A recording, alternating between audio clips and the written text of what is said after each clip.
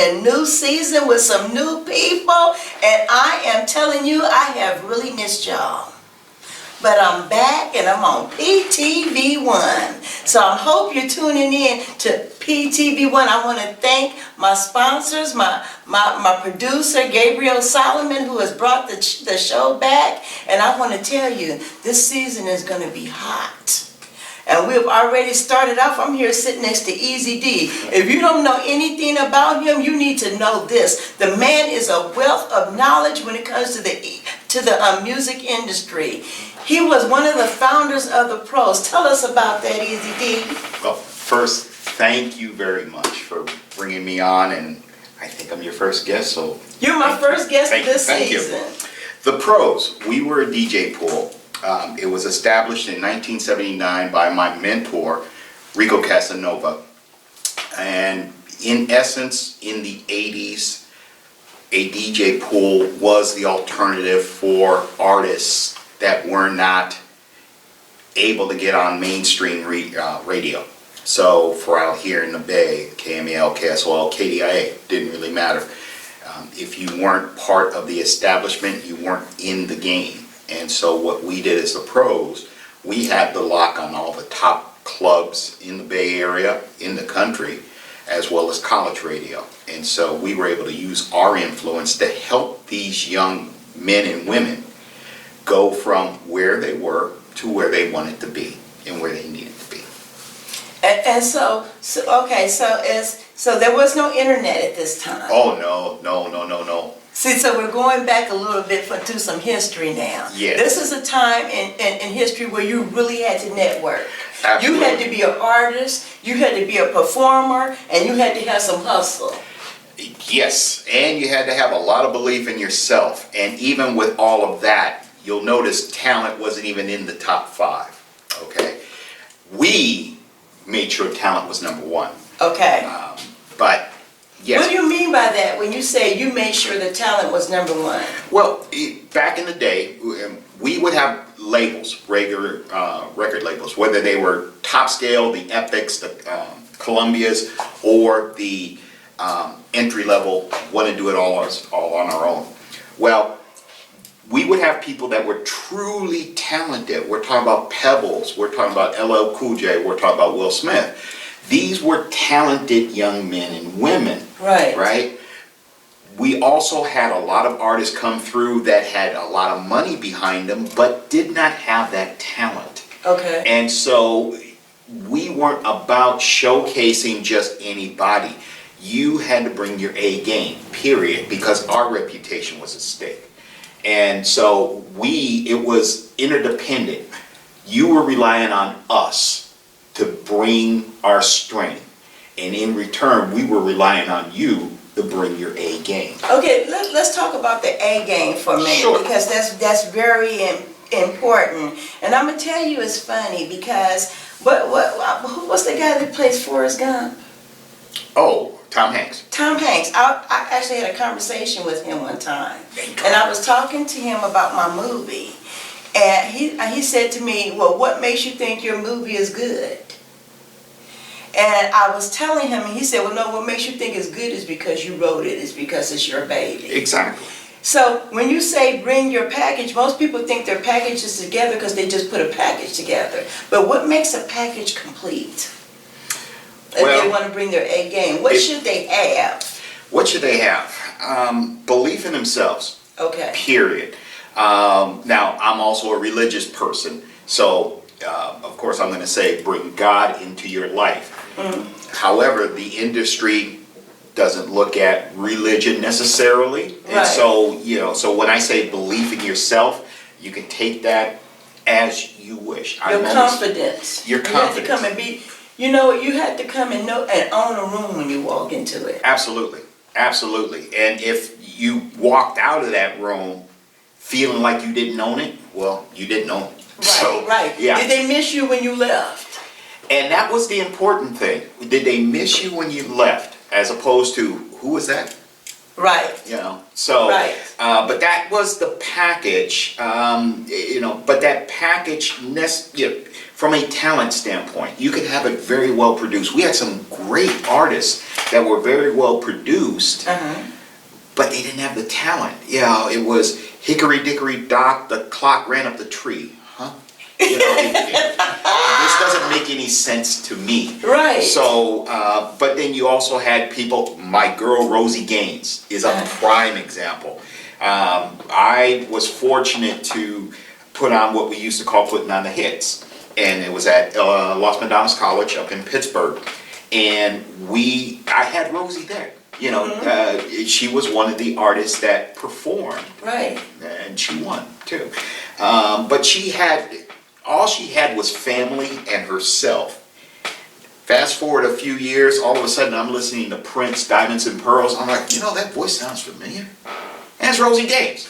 Right. And I'm like, oh my God, wow, my girl, wow, you know. But she always had a belief in herself, and she's still in the game today, Rosie. Right. And you know, belief is you have to have it. I'm gonna tell you why. Because if you belief fuels your hustle.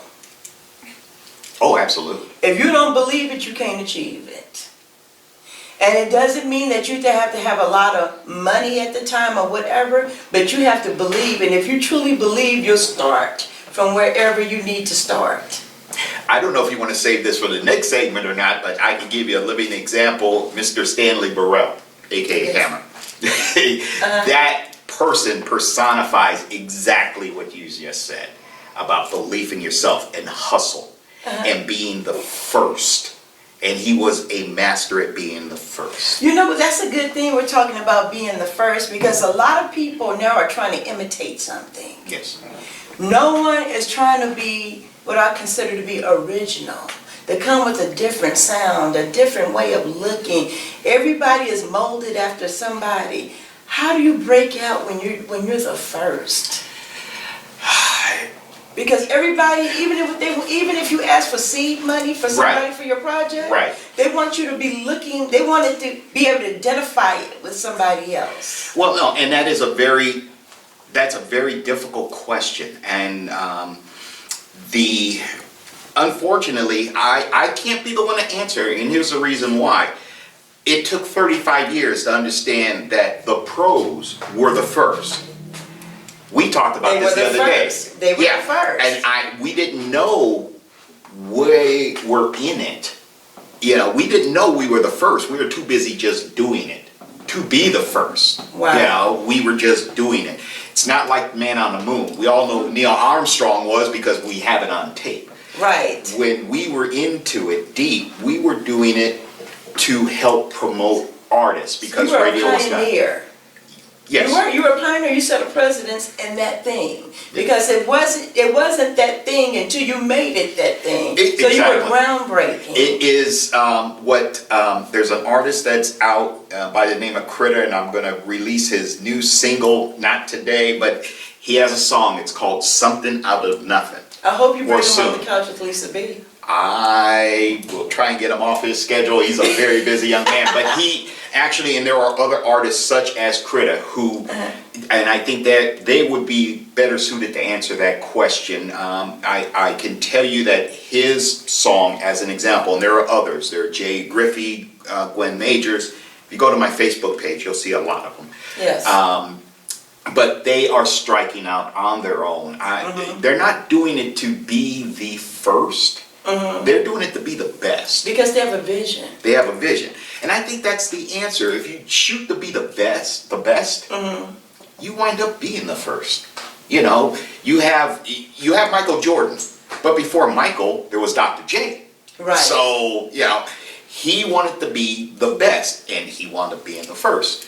Michael Jordan, he wanted to be the best, and he became the first. You know, and another thing that I wanted to talk about, because we talked about signing to a label as opposed to doing your own thing. Yeah. This is a hot topic because everybody thinks that they have to be signed to a label. With all due respect to my friends in the industry, labels, you may want to turn it off now. I am not a big fan of that mindset. You don't need it. You didn't need it in the 80s. You certainly don't need it today. right? And just the real short version, the less than 2 minute version, is there is such a wealth of information out there and avenues that were not even conceived of when we started. You know, an artist had to spend so much upfront money putting the wax together, getting it packaged, Right. getting it out to people, giving it away so that they would have a chance of playing it. Right. There was all that time, effort, and money. I can think of one artist, one tweet, talking about one song on one platform, and will do more than anything. I'm gonna need you to say that thought. Sure. Because we're going to a commercial break. Now, when we come back, what we're gonna talk about is the same thing. Because I'm gonna tell you, as an author, my biggest dream is to be signed to Simon and Schuster. Good for you. I don't think you need it, but good for you. Right, but that has always been my aspiration. Well, that was when I started out, because that's what I knew. Right. But knowing what I know now, it's not my goal anymore. Good for you. You understand what I'm saying? Exactly. My goal is to get my product out, to satisfy the people, to gain more people, and to distribute my own platform and my own platform, my own product. We're going to commercial. Okay. Keep your thought.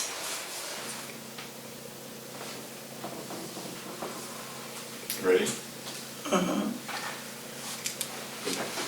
Hi, it's your girl Lisa B. Welcome back to the new season of On the Couch with Lisa B. We're returning from a commercial break, and I want to say welcome to PTV1. And I'm back with Easy D, a pro in his industry. Not only is he a pro from the other industry, but he's from the pros. I am from The Pros, DJ Pool. Yes, ma'am. Yeah. And when we left, we were talking about, why do you need a label?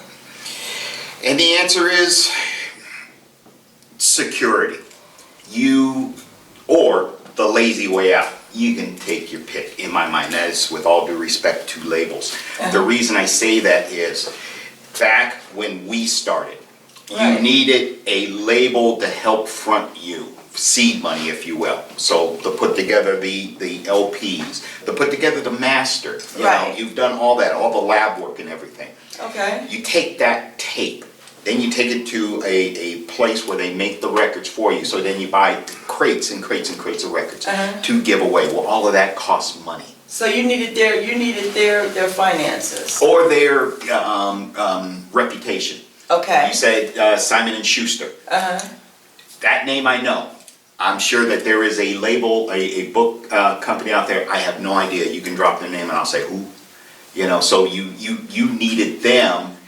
You thought you needed them more than they needed you. Right. Yeah, but that's not true. And the reason is Simon and Schuster would not have you if you didn't have the content. Right. You know, how are they promoting you? How are they going to make money if they don't have you, if they don't have your product? Right. You know, they would just be a company like Blockbuster.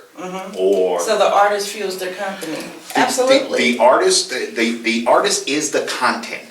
Right. And so now, whether that content was 35 years ago with labels and going out and putting it on wax and distributing it through the clubs and the radio, or today, where the content goes out on this platform, for example, and it reaches so many people, and more importantly, it's going to be there forever. Everything we're talking about now, 100 years from now, they'll be able to go back, if they know where to look, they'll be able to go back and see this.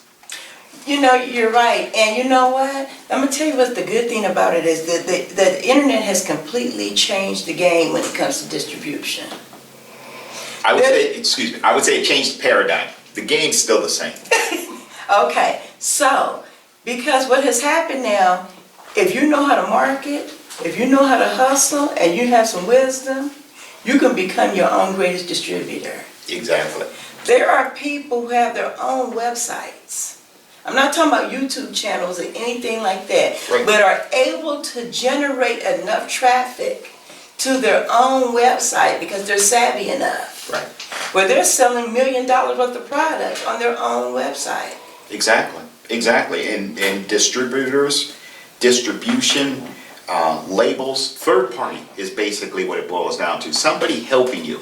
There's nothing wrong with that. Some people need help. Okay?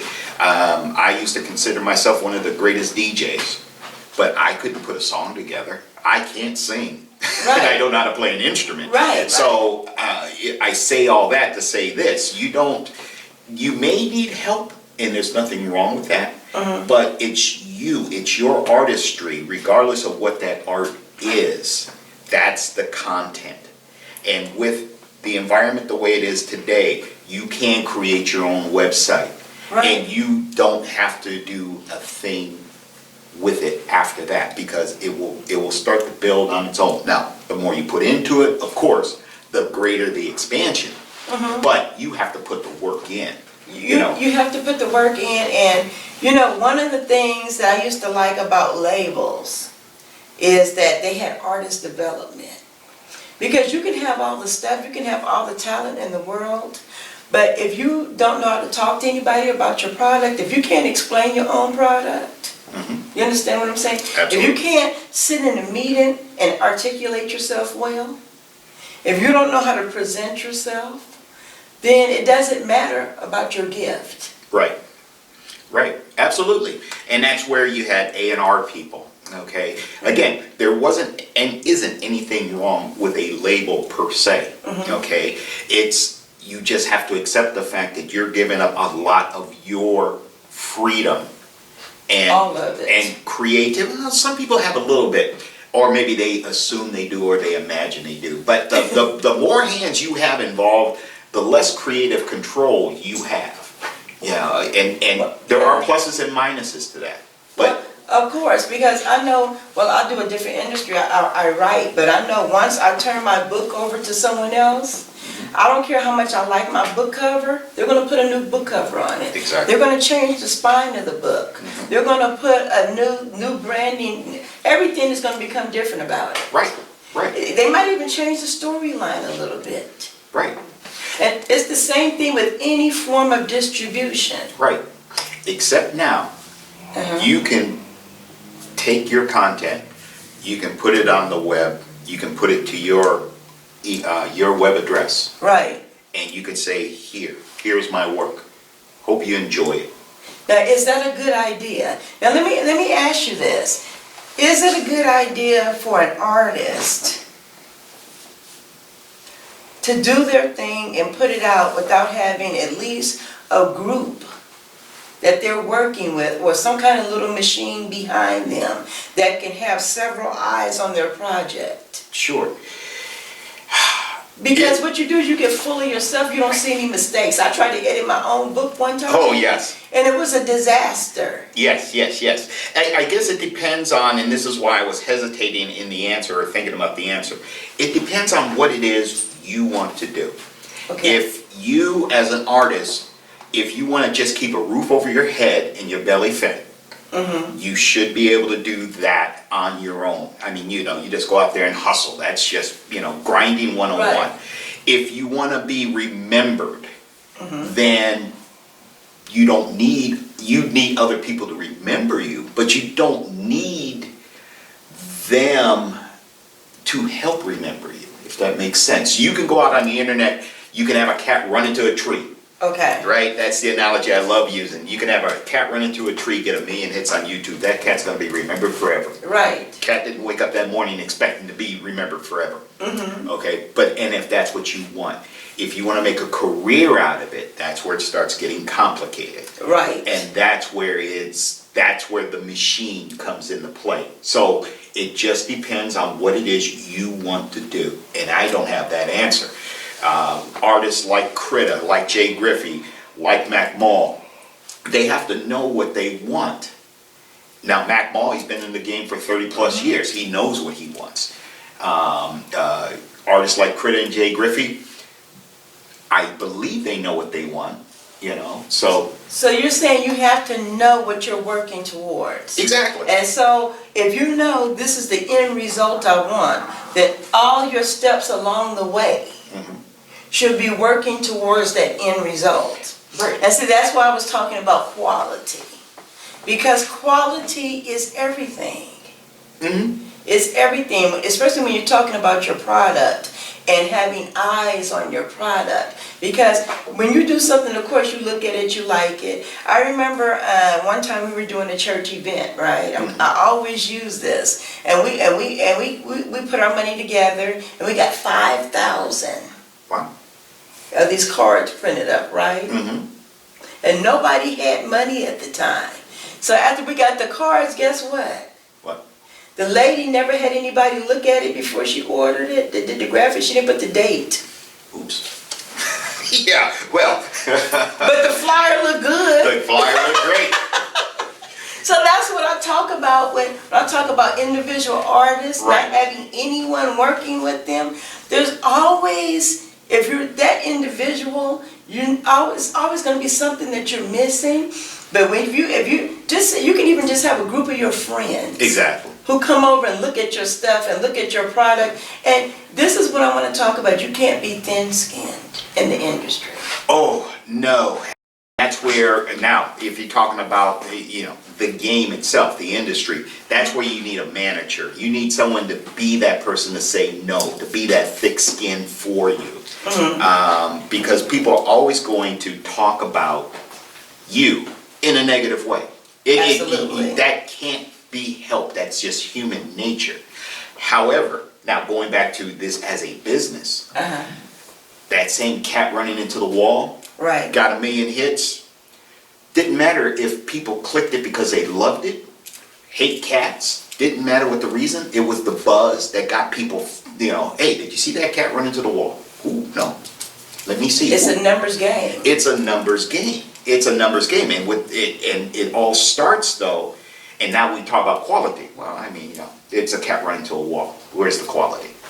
But it's the buzz. It's the buzz. So create a buzz. You've heard it. It's your girl Lisa B. I'm in season number 1. Tune in. Easy D. There's a lot of young people out there. Leave them with the word of advice for starting into the industry. Believe in yourself. It all begins and ends there. The more you trust yourself, the more you'll achieve. Well, you heard it right here on the Lisa B Show. It's your girl. We'll be on Mondays and Wednesdays, PTV1 at 2 o'clock. I love you, big. And forever on the internet.